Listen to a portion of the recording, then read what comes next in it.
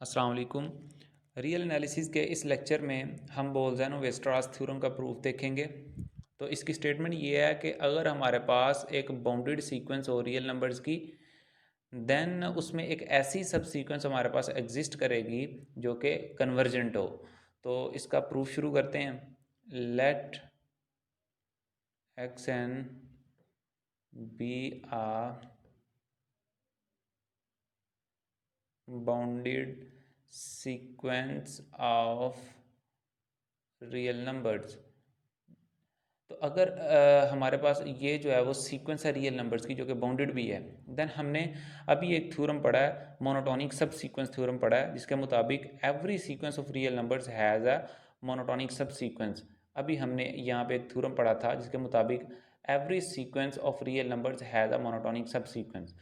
तो it means कि अगर हमारे पास ये जो है वो एक सीक्वेंस है रियल नंबर्स की, एक्स एन अगर हमारे पास एक रियल नंबर्स की सीक्वेंस है, देन इसमें हमारे पास एक ऐसी सब सीक्वेंस एग्जिस्ट करेगी जो कि मोनोटोनिक भी होगी। Then we can say that by monotonic subsequence theorem,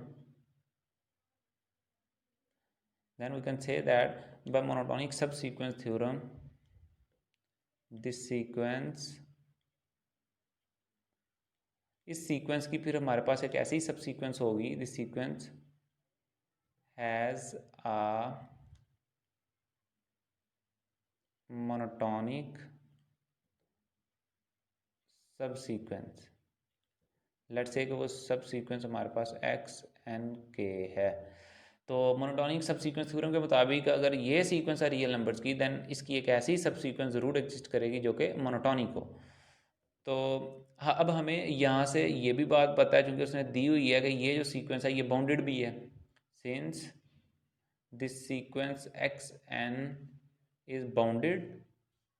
अब चूंकि ये जो सीक्वेंस है हमारे पास ये क्या है, बाउंडेड है।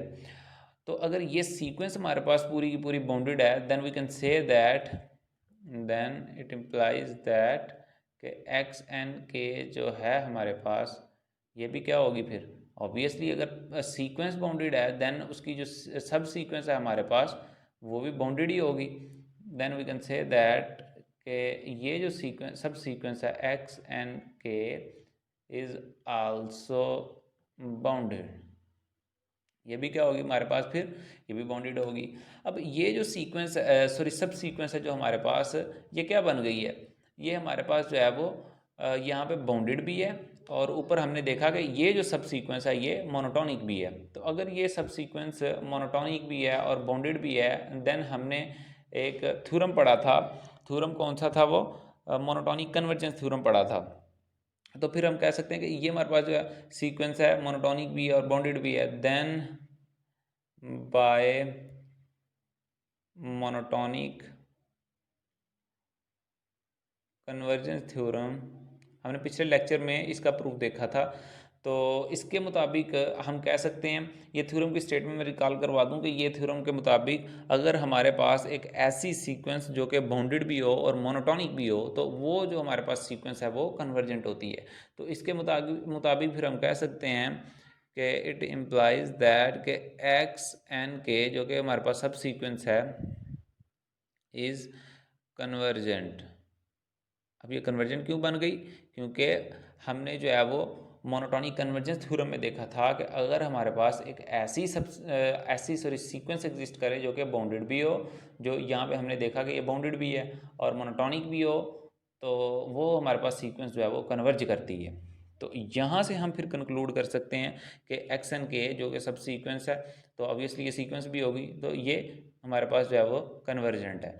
तो हम ये हमारे पास जो है वो प्रूव हो गया थ्योरम, जिसके मुताबिक क्या कह रहा था कि अगर हमारे पास एक सीक्वेंस जो कि बाउंडेड भी हो और वो उसके अंदर एक ऐसी सब सीक्वेंस एग्जिस्ट करे जो कन्वर्जेंट होती है, तो यही हमने जो है वो प्रूव किया।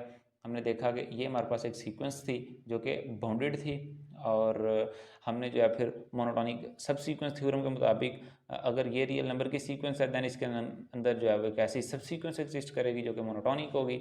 इट मीन्स कि ये हमारे पास एक ऐसी सब सीक्वेंस है जो कि मोनोटॉनिक है, और चूंकि ये ओरिजिनल सीक्वेंस बाउंडेड है दैन इट मीन्स कि ये जो सब सीक्वेंस हमने चूज़ की है ये भी ऑब्वियसली बाउंडेड ही होगी।